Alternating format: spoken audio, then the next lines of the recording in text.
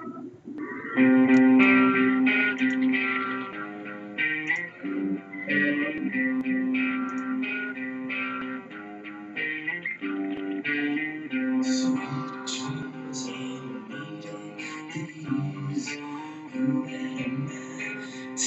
disagree, travel the world and the seas. Everybody looking for something. Some of them want to use you. Some of them want to get used by you. Some of them want to use you.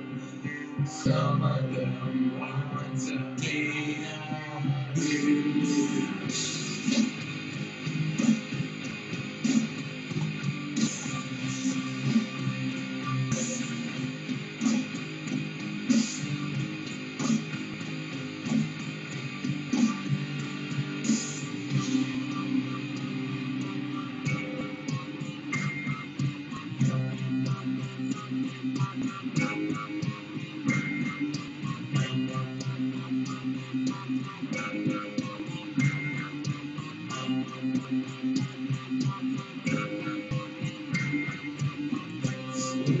Dreams are made of these.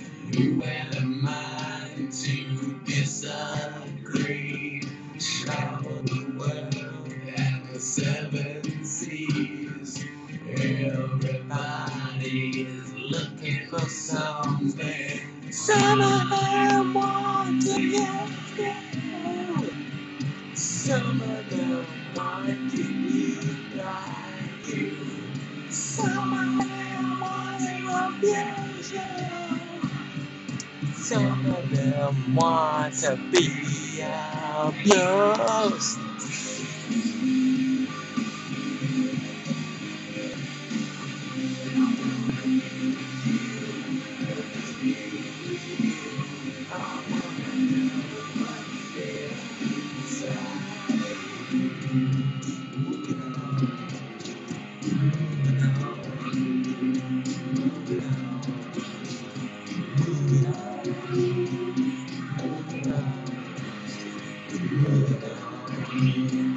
Moving on.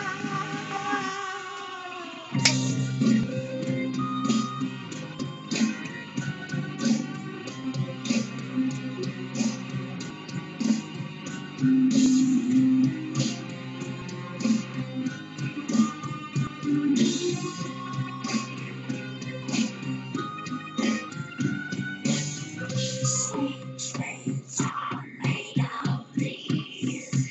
Who am I to disagree? Travel the world and seven seas. Everybody looking for something. Some of them want to use you. Some of them want to live by you. Some of them want to abuse you. Some of them want to be abused.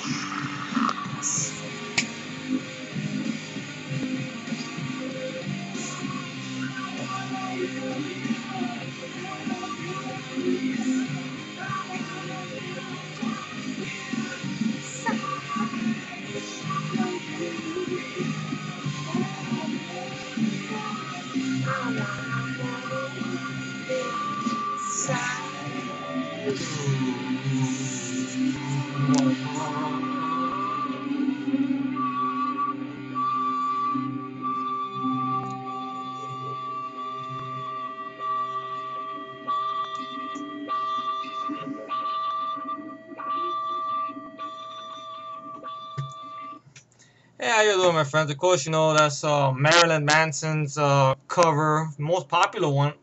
To be honest, more popular than the original one. Sorry, I just got I hate when I get those cubicles thing on your fingers right there. Worst time to get it too. Now I got it out. Now, one of the popular covers for Sweet Dreams that was done by the Rhythmics back in the 80s. But for some reason, this one always seemed like a better cover. I know they had the Emily Browning version, from Sucker Punch, which that's just vomit inducing. I'm sorry. I know there's friends of mine that love it, but it's cool. Me, no. Sorry, no. No. Sorry, no. That's just me. I know. I gotta turn the fan on. If I end up being in shirtless review soon, I guess I start sweating a lot. Okay. Ironically, I just came out of the shower too. Oh man, I would have done more with the guitar riff, but I got a towel on my waist and stuff. That's right. I'm going commando. That's all the people say when they wear no underwear. So I'm going commando. I'm not gonna do that on the video. Then I get blocked. I'm gonna be trouble and stuff. I don't want no trouble. And of course, I reviewed a sci-fi action movie from 2009, Gamer. It is of course a one-disc special edition. On the features, it has a very fun commentary track with Navadine and Taylor, Terry Crews and Amber Valletta. A lot of fun, very funny stuff. Terry Crews is very funny. Tells us a lot of funny stories about the movie, so is Amber Valletta. Alison Lohman shows up in the commentary briefly, out of place, just like she is in the movie, out of place. You know, sad to say Gerard Butler doesn't show up on the commentary track. It would be good to hear his thoughts on the film. Yes, you have a 3-part documentary called Inside the Game. Interesting stuff behind the movie and everything. Now, here's an interesting fact about this movie is that they started working on this film, Navadine and Taylor, right after the first Crank film. They went on to work on this film because this movie, compared to the first 2 Crank movies, had a little bit more of a bigger budget. If I can get the budget estimates right here, let me see. Okay, I have Gamer. Okay, on IMDb, this got a 5.7. Lower than the first 2 Crank films. Alright, the budget for this one was $15 million. Now, if I'm not mistaken, I think the Crank movies, at least the last one was $12 million, if I understand correctly. Alright, let me see. I got the first Crank's budget, which I know that's gotta be super low budget. 12 million. That was the... Oh, this is interesting. There's a director's cut of the first Crank film. Shit, I didn't know that, folks. Did you guys know that? Oh, great. They gave a little pop-up bullshit here. Safecount.net. Some bullshit popped up on IMDb. It's a director's cut. I didn't even know that shit of Crank. Well, I don't know if it'd be a good one, because, you know, Lions get with the director's cuts, you know, they go either way with that shit. But, that's 93 minutes. First time, I didn't realize I noticed that now. I should know that yesterday when I reviewed the movies. Wow, if anyone's seen that director's cut, let me know what the deal is on that, if it's worth it or not. The runtime of Crank is 88 minutes, and the director's cut 93 minutes, so it's actually maybe more movie, who knows? Maybe it slows the movie down on its tracks, I don't know. But the budget for the first Crank movie is $12 million. Okay. Now let me go to the sequel. If I can find it over here.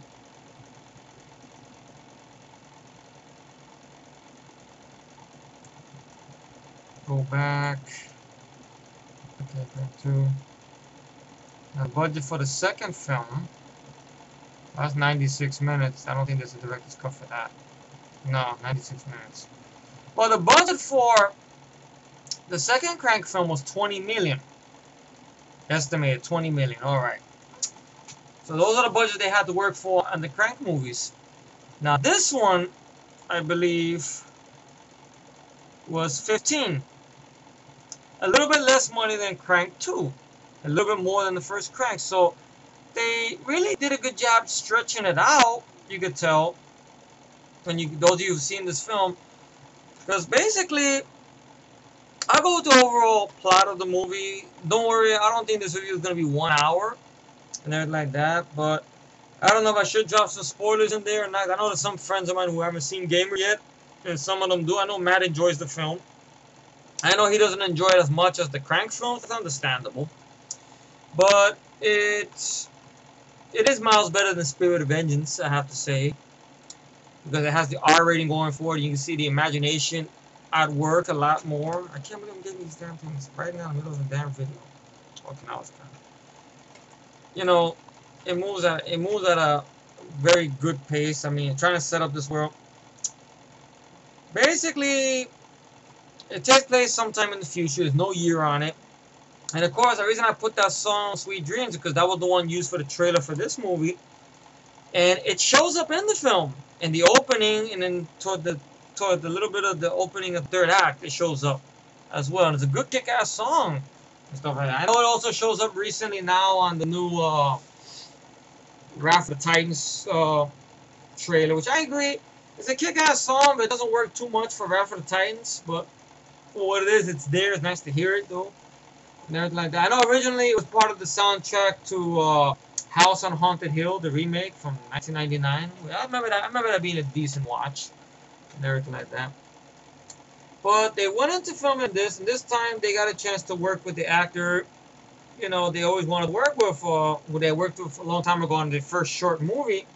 And the guy they originally wanted to play Chef Chelios in the Crank films, or whatever, now they kept Gerard in mind. And Gerard already, by the time he got started with this film, 300 was already released already.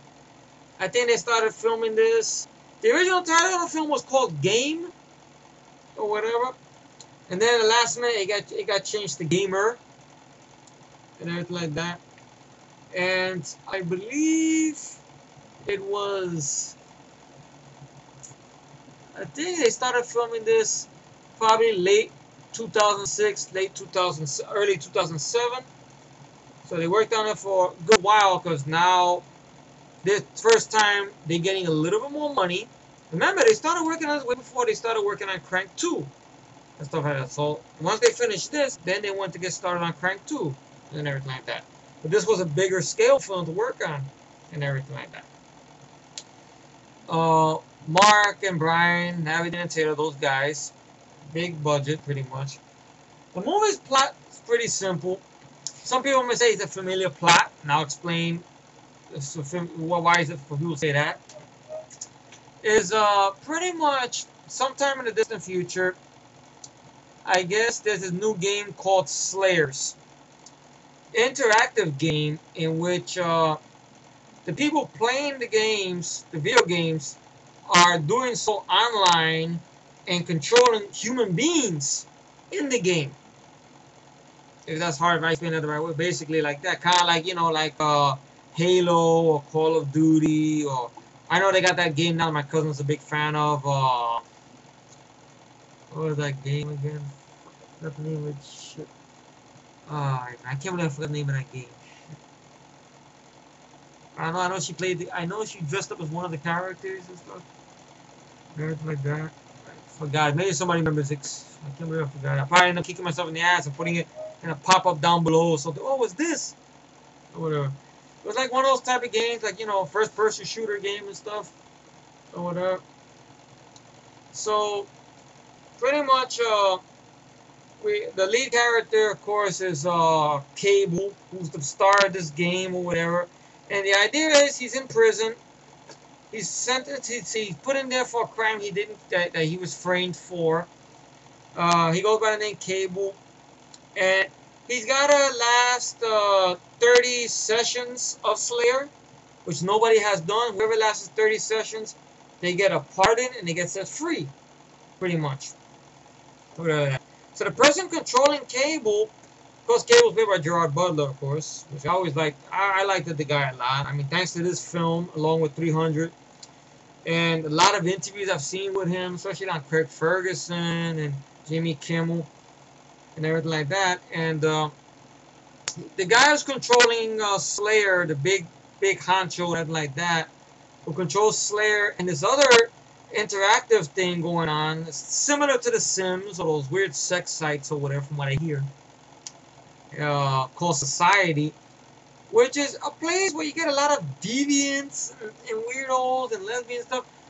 Same thing like the Slayer, but they get people and women who got those nanotechs into their brain, that replicates their brain, and they get controlled by people on the other side of the screen, on the computer and stuff. And everything like that. So you have Society. That was the thing that made the villain of the movie Castle, Ken Castle, played by Michael C. Hall, who was pretty known for doing that TV series Dexter. I saw this movie way before Dexter, and my uncle, he's a fan of Dexter, the TV series that he had Showtime. He's lucky. And he showed me some episodes and stuff like that, especially from the last season. They're a good show. I really like the show a lot. I'd like to wait to get my hands on a complete series, but the show's still going on and stuff. Very interesting cameos and guest appearances by a lot of famous actors like John Lithgow. Peter Weller shows up there as well. Very good show and everything like that. David Zayas is the star of the show as well. Of course, it's movie guru's woman, Jennifer Carpenter. She's on the show. She's the best part of the show as well, Joe. If you've seen the show, you should check it out. Your woman is in there and stuff. She's very great on the show. So he plays a character named Ken Castle, and pretty much a southern billionaire. They kind of based him a little bit like on Bill Gates, which I can see a little bit of it, and like that. And he's the billionaire making money off slayers and off the society and all stuff like that. So the kid that's controlling Gerard Butler is this kind of this 17-year-old rich kid who's a teenage gamer named Simon, played by Logan Lerman. You guys might remember Logan Lerman because he was in 310 The Human. I think he played Christian Bale's son in that movie. And most recently, he's known for being in that movie Percy Jackson. Those movies or whatever. I know there's a sequel coming out soon or whatever. And stuff like that with Nathan Fillion's supposed to be in the sequel. Which I haven't even seen the first one, to be honest, but I heard it's getting a sequel. Nothing like that. So you might remember Logan Lerman from there. There like that. And you got these group of hackers known as the Humans. Not humans. Humans with a Z. Who's led by Ludacris. Ludacris Bridges, I guess. Who's best known for being in Too Fast, So Furious and Fast 5. Which I like him in Fast 5, to be honest. And yes, he was in Max Payne. Out of place there. He's okay here, though. So all this stuff goes on. Great action sequences. Like it opens up, we see the battles and the way the camera moves. It's a little bit shaky and everything like that, but entertaining. A lot of R-rated mayhem, people's heads blowing up, like a war and stuff. You can really see these guys did a lot of good shit for 15 million. I'm like, wow. And no CGI. I mean, they maybe one or two shots CGI they got away with and everything like that, but decent shit. Very good shit. Some of it was real location shots. They filmed in Albuquerque, New Mexico. And, we have Gerard Butler, that's Cable, whose real name is John Tillman. And we later find out that Tillman was with the military, of course. And he, I guess, volunteered, and his buddy, I didn't even realize this, I looked up on IMDb. I knew the actor looked familiar. Johnny Whitworth is in this movie. The guy who would go on to be in Ghost Rider Spirit of Vengeance, who plays Carrigan Blackout. Yeah, he's also from CSI Miami. He shows up here briefly. He plays Gerard's buddy, who's participated in this experiment. And I guess something happened, and somebody controls Gerard to shoot his own friend in the head, which is Johnny Whitworth. So he's in the movie briefly and stuff. Supposedly, I heard he's a good friend of Navidine and Taylor. That's one of the reasons I'm willing to bet they got him for Spirit of Vengeance or whatever. He's like an old friend of theirs or whatever. They knew way back when. So, and with his beard, he has a beard in the movie, Johnny Whitworth. He kind of looks like Mark Navidine a little bit. But, all this stuff goes down. You have this journalist played by Kara Sedgwick, who's in the movie briefly. Her boss is John Delancey, who's not in the film that much. And everything like that, and she scores an interview with Ken Castle, Michael C. Hall. Interesting scene there, and everything like that. And I know this sounds like a very strange review because it's hard to go into this movie. I don't know why.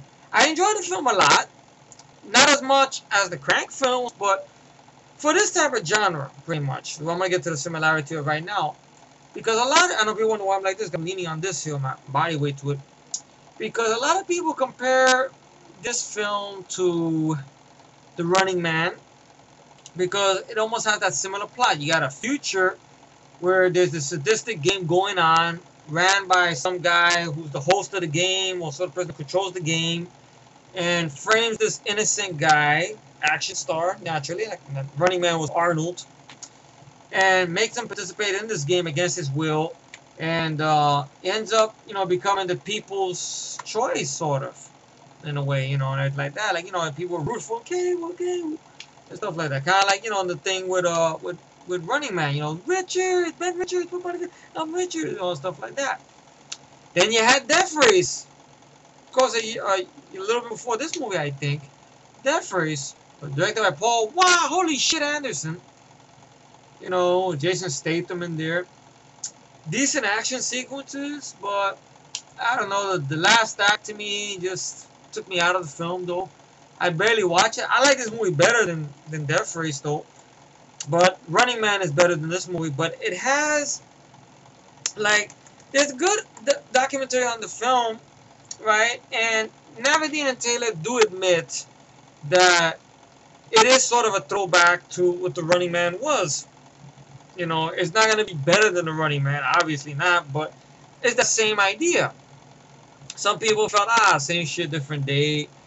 But I looked at movies that try to do it. Like Death Race, it had a good first two acts, but then it blew his load, and then you got just a whole hum ending. The Condemned was the worst example of how you do it. Because once again, same thing. You have a lead guy, you know, supposedly you can say Stone Cold Steve's an action guy. You know, a guy running this game in the jungle, and you get all these fights and everything like that, and then you get an ending that tries to lecture the audience about liking action and destruction and violence, and it's too much to swallow up, you know. By the way, man, I'm still waiting for that rant on the Condemned. So you want? I can join you on it. Who knows? But basically, this movie to me did it better than the Condemned. It did it better than Death Race. I won't be bold enough to say that. Did it do it better than Running Man? No. But it was not. It was not meant to do that. So all that stuff goes on in the film. John Leguizamo shows in the film. They're just playing weirdo, a regular weird character as usual, like the way his weird character was in Assault on Precinct 13 remake and stuff. Like some guy just mumbling like this with big stain inside his teeth, talking like that. Hey, you guys, right? You got 28 kills, 28 warriors. Like, really, it's a weird game, and you got to play all these sessions to be set free. And in the middle of the game, they have something called cryocons, which are convicts that, if they last through one game, one session, you know, through the battle, through the battle, you know, they get set free just like that. But there's a catch. They have no control. Nobody controls them. They're just reacting to a program. Like if their thing is to sweep up, that's all they could do. All explosions, so they can't duck, they can't run, they can't fight. And the majority of those guys, they get killed just like that. Like John Leguizamo's character, he gets killed just like that. And, you know, you have a guy just there running around going like this. And he gets shot just like that. Those guys, they had the worst deal than the Slayers themselves, than Gerard Butler and his team himself. And of course, you have Keith Jordan there briefly as one of the members of Jerry's team, Gerard's team, and everything like that. He's in the movie briefly, and that's about it.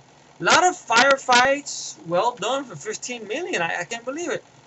Very well done. I see all these movies like, I can't think of any movies like, I'm sure X-Men Origins Wolverine or even X-Men First Class of Bullshit, you know, that probably has a big budget behind it, but not the action this movie has, really. And for an R rating, you know, they really did a good job with the budget they had and stuff. Gerard Butler's character has a wife. I want to get the character's name. Amber Valletta. She's played by. She shows up on the commentary. She's very fun. You know what I mean? Seems like a very fun gal. Go all around girls. Stuff like that. Got a good sense of humor and everything.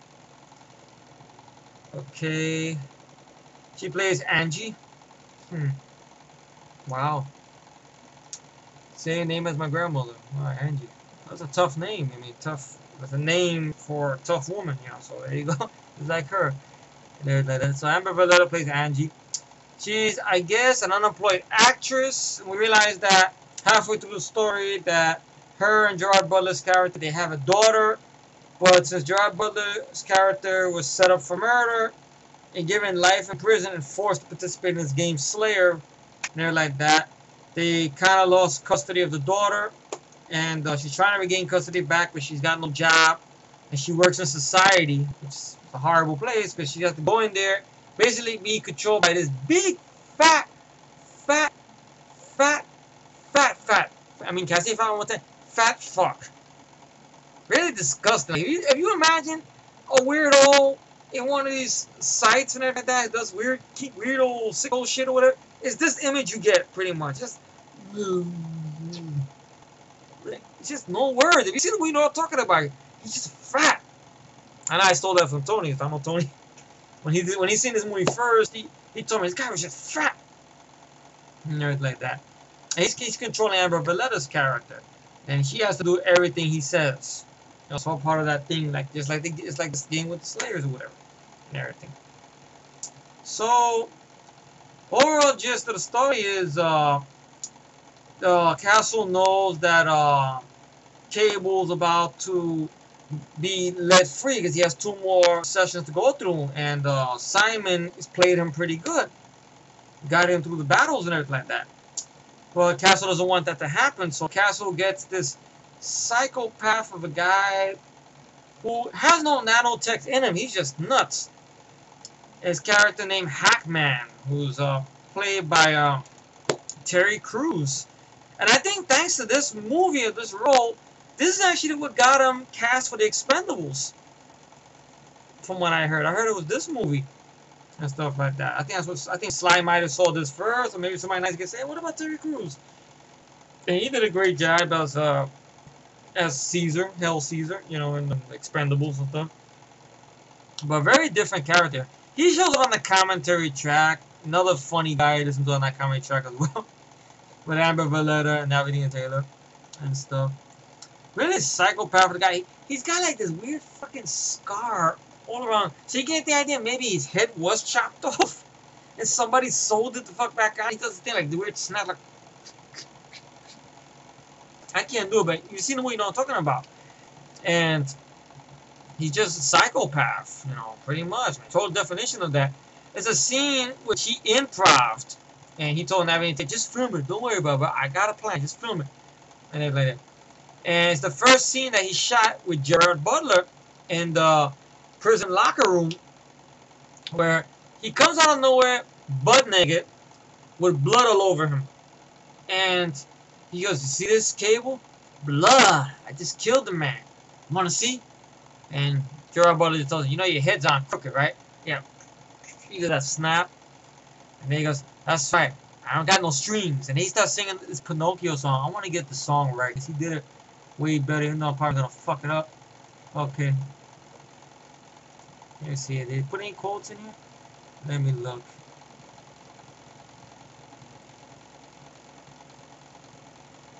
Okay. Here it goes.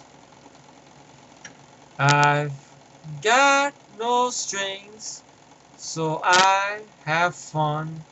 I'm not tied up to anyone. They got strings, but you can see there are no strings on me. Very creepy the way he did it. And I think that's actually from Pinocchio. I'm not mistaken. And he basically, you know, threatens to kill his wife and daughter, and then Gerard Butler's about to chase him, kick his ass and shit. And every now and then, while he's in his cell, you know, some woman, I don't know how, they never explain how the fuck she got in there. Unless she's controlling somebody or whatever. To give him a picture of his wife and daughter and stuff. And basically to tell him not to give up, that it's going to be an upgrade, a mod that could get him to talk to the person controlling him. And then we're introduced to Simon Logan Lerman, who you see he's kind of a little celebrity. You know, he got all these people. And I like the way that, you know, originally this movie was supposed to be meant to be done in 3D. That's what Naveen Taylor planned to do with this movie. But with the budget restrictions and shit, they didn't go for it. Instead, Lionsgate did Bloody Valentine remake in 3D. I guess maybe that was a lesser budget than this movie or whatever. And plus, they figured with the release date they had in mind, I don't know, that it might not be that many 3D theaters worth playing. Because this came out way before Avatar came out and everything like that. Now it's 3D all over the fucking place. But I think this movie would have worked good in 3D. You can tell by the way they filmed it and everything like that. The way the action and explosions are and stuff. Then they wanted to do that in 3D, but it didn't work. But either way, the movie's still fucking good. You know, it doesn't need a gimmick to be good. I'm willing to bet if they would have released this a little later, so the 3D thing was going crazier and stuff, then I'm willing to bet if I would have got money because of the gimmick or whatever. But for what it is, a good movie and everything like that. So there's a brief scene where you see Zoe Bell. That's right, the stunt woman, Zoe Bell. She was the stunt woman for Lucy Lawless in the Xena TV series. She was the stunt woman for Uma Thurman in the Kill Bill films. And she was one of the stars of Death Proof, Quincy Tarantino. Last good movie, in my humble opinion. Well, I can say that's when he was Quentin to me, pretty much. That's the one I would like to revisit down the line. Not anytime soon, though. So she's in the movie briefly. She plays one of the Slayers, and not in the movie that long. Unfortunately, her head gets blown up with practical effect during a battle sequence.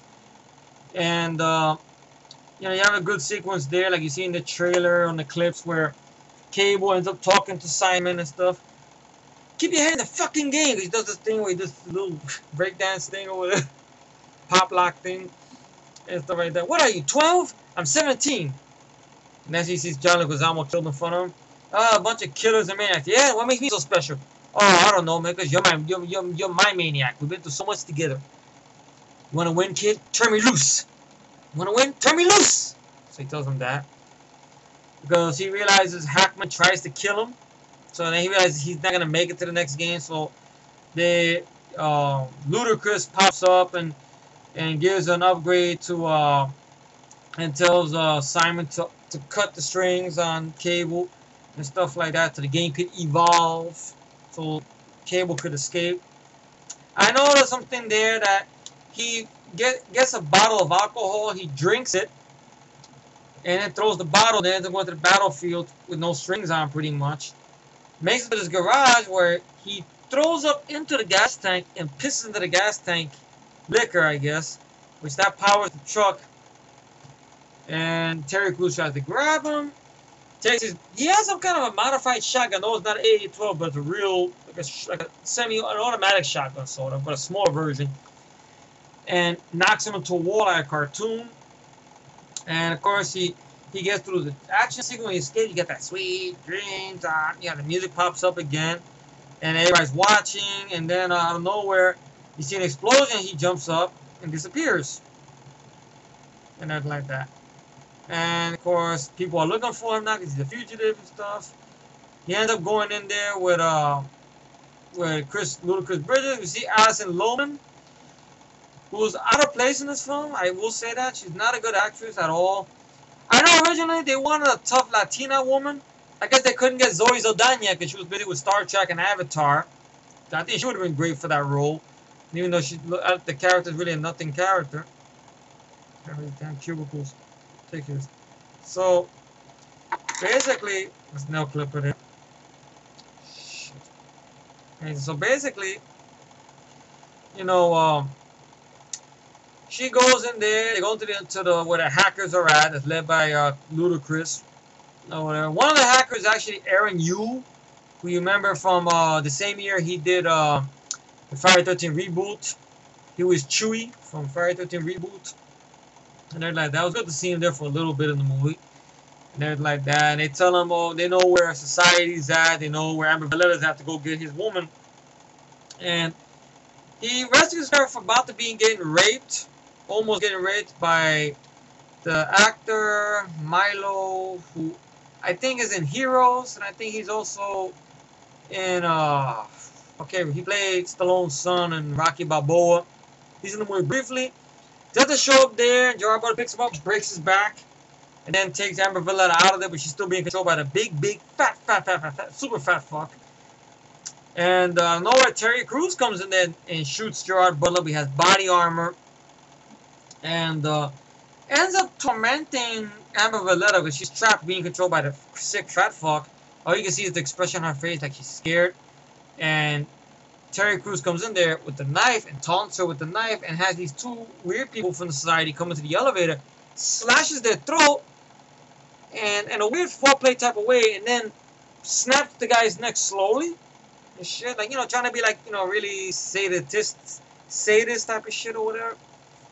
And I like when the elevator opens up, Gerard Butler comes in and wallops the shit out of Terry Crews, takes that big shotgun away from him, blows up his foot, and then shoots a couple of the other people that are being controlled by the people controlling Slayers or whatever, fucks them up.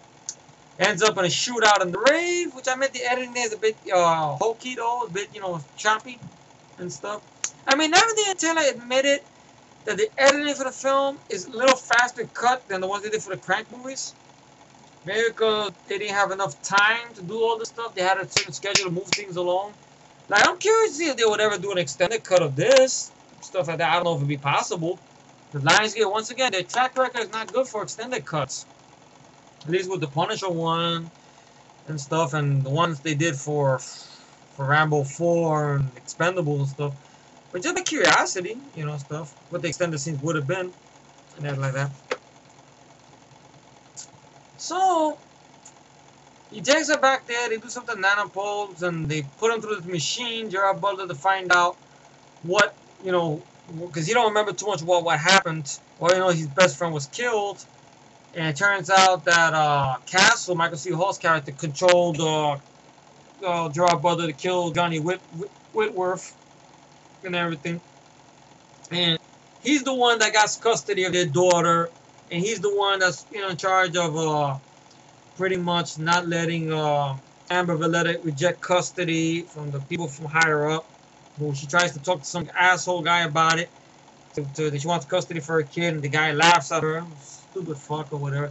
So you realize he's all influenced on this, and his overall plan is to go beyond the game, beyond society, to control the people with their nanotech drones.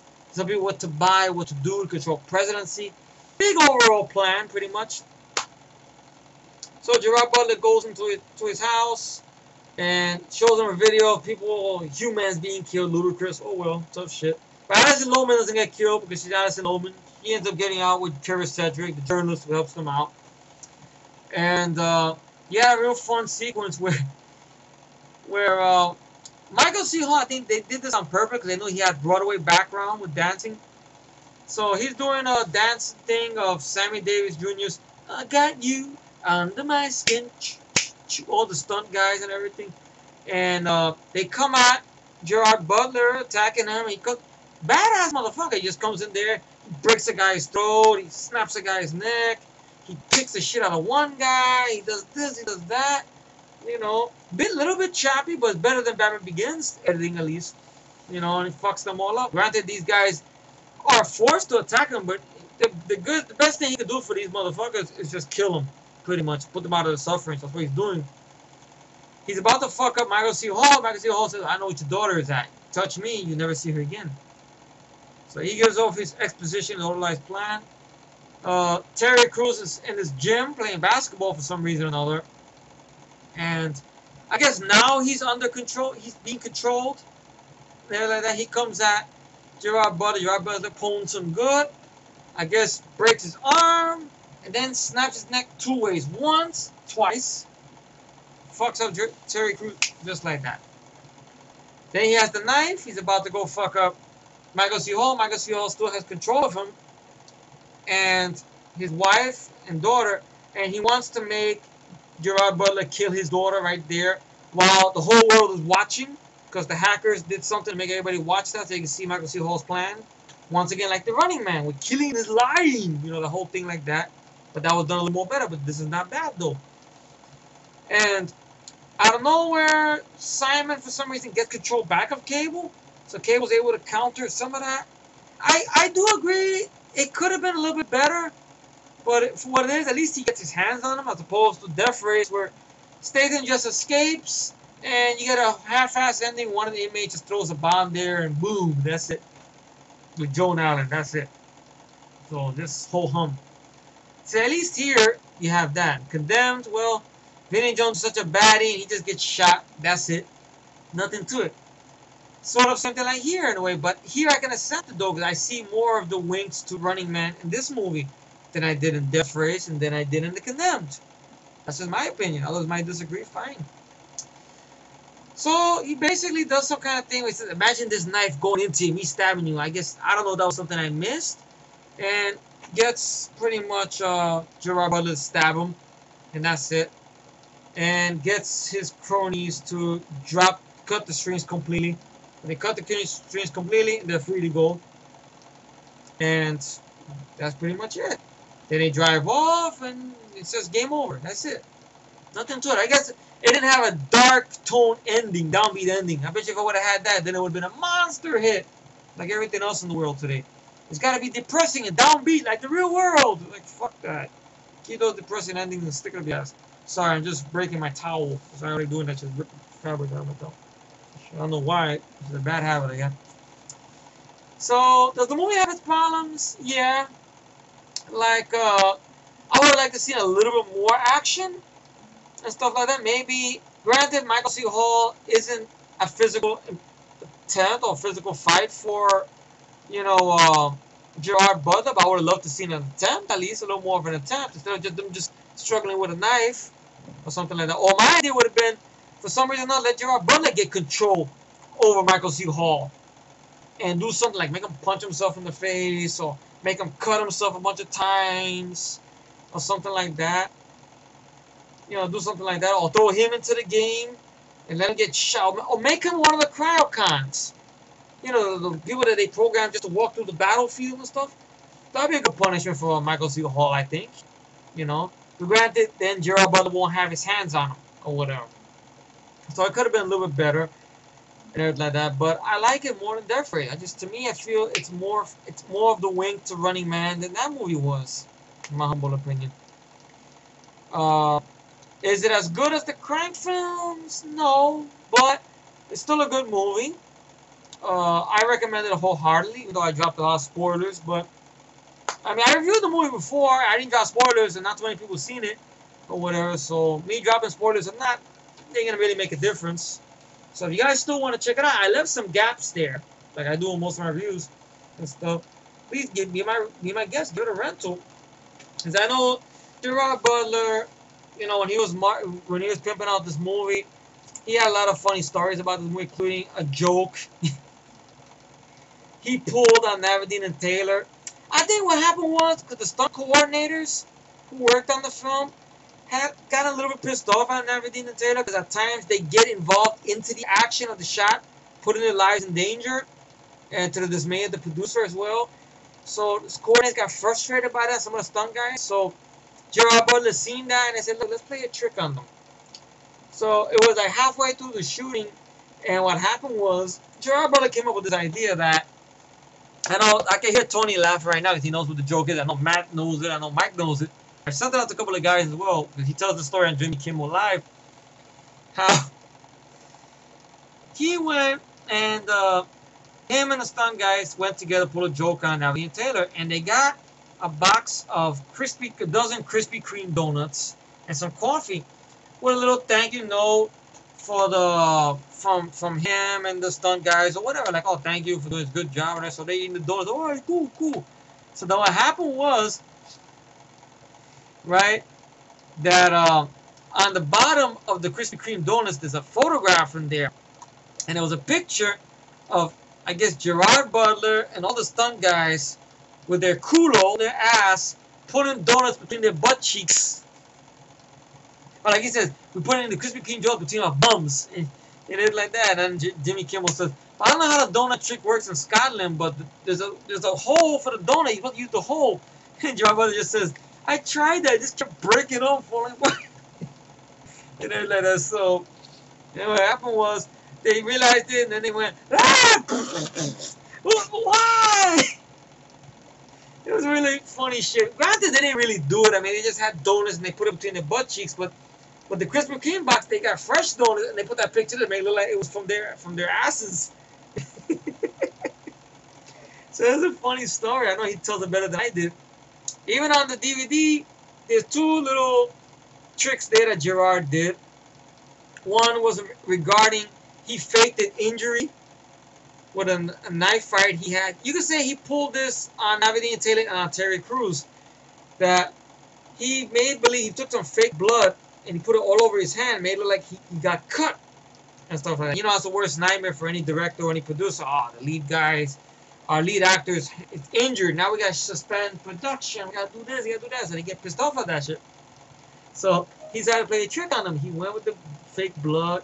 He goes, look, Mark, look, I got hurt. I was in that knife fight with, I did that scene over there with Terry over there.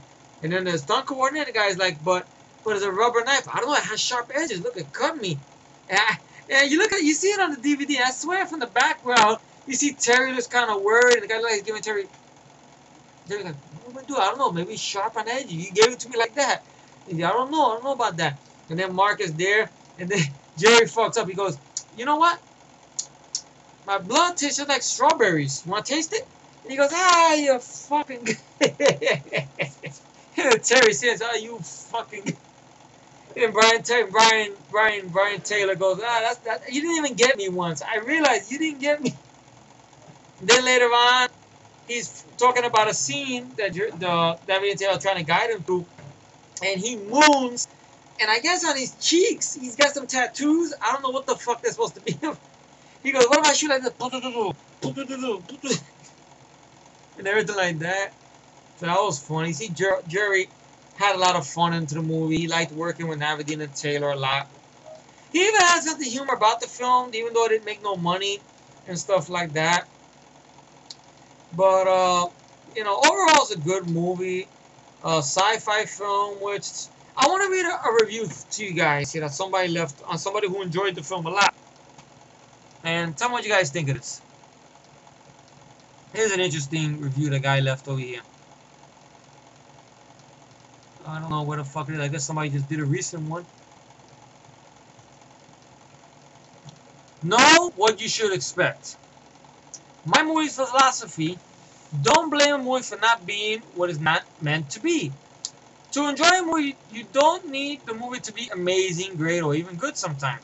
You just need to know what you should expect. What do you want to expect from Gamer? If you want gore, violence, blood, and nudity, go ahead and see it. If you want Gerard Butler running around, shooting people, fighting people, burying his muscles, and looking tough like action heroes do, go ahead and see it. If you want Michael C. Hall playing an evil guy trying to take over the world, burying his muscles, even showing off some of his Broadway background a little bit, go ahead and see it. But if you don't, but you'll be a little disappointed since he only shows up. Okay, he's not in the movie that much, alright. Even if you want to see some hot lesbian actions, probably imagined by a very non-lesbian people, or a cute teenage boy who probably isn't supposed to do anything than just being a cute teenage boy, go ahead and see it. But if you wanted to go in and find some surprise, twist-filled plot, some complicated multi-layered character development, or some brilliant insight into society or even humanity, then don't go see Gamer. The problem is, if you are really expecting the later things I mentioned, I think it's practically your fault that you are going to spend 1.5 hours of your precious time sitting in a theater suffering from this movie, then hate it with a passion. Because really, those aren't what Gamer is. Aren't what Gamer is meant to be. Even though some people may actually believe that they are. The reality is that while not what many would call a great or even good movie, Gamer could be thoroughly enjoyed as long as you know what you should be, what it should be. Because I think it's everything it's set out to be, which I agree. You just need to accept what it's supposed to be and either enjoy it for what it is or realize that it's not a movie for your high level of intelligence and ignore it completely. There's somebody who I guess liked the film, I guess, but it's an enjoyable movie. To me, this is a popcorn movie. Of course, next to the Transformers movies and stuff. This has a little more going for it because it has the R rating going for it. I like the lead guy, Gerard Butler. I thought his character was good. The overall plot, I'm going to take over the world. Okay, I know what I'm getting. I got it. It's not lecturing the audience like The Condemned did. I'll be right with you. I'm doing something here, right there. It's not meant to be thought-provoking movie. If you want to see a thought-provoking movie, watch a Christopher Nolan movie. Don't watch this movie and stuff. Or watch Bryan Singer's movies, or I don't know who else movies you can watch. Sammy Raimi's movies and stuff, and everything like that. So you can say this is Navidine Taylor's last R-rated sci-fi movie. It's the first crack at sci-fi. Sad to say, it didn't make the much money as the Crank films did, making back its budget. So, you know, hold on.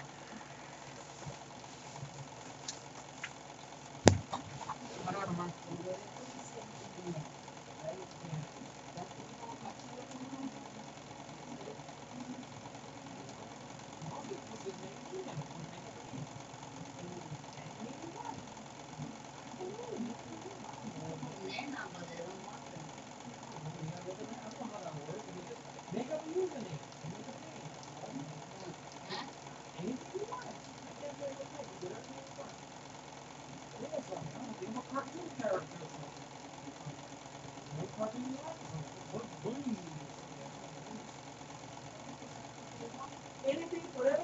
If I get somebody has the name already. That's not anymore. I know. You gotta find the names that they accept it. Anything you want. Always up front. Want to call yourself Catwoman? Call yourself Catwoman. Call yourself Batman? Call yourself Batgirl. Whatever you say. Anything you want. It don't have to be your name. It don't have to be your name, nickname.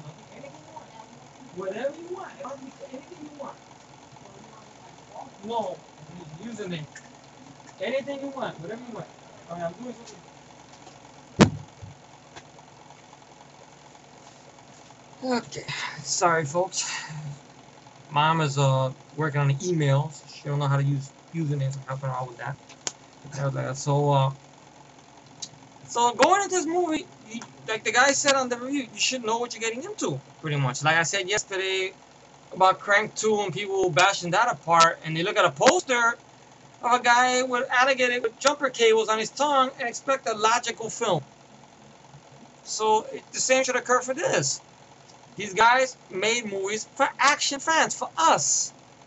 They didn't make movies for the Dark Knight crowd and stuff.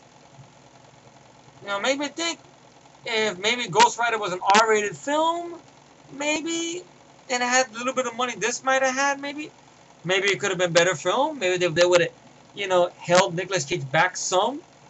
Maybe it would have been a better movie, though, like this. But that wasn't the case, though. Though I don't hate Spirit of Vengeance.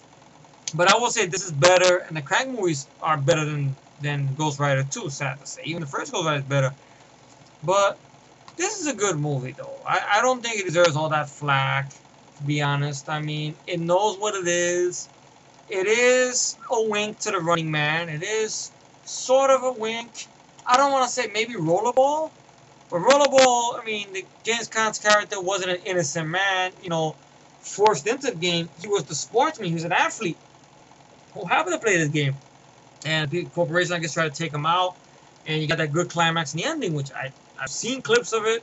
One day I got to sit through the whole movie and stuff like that. And give a better review of it and stuff.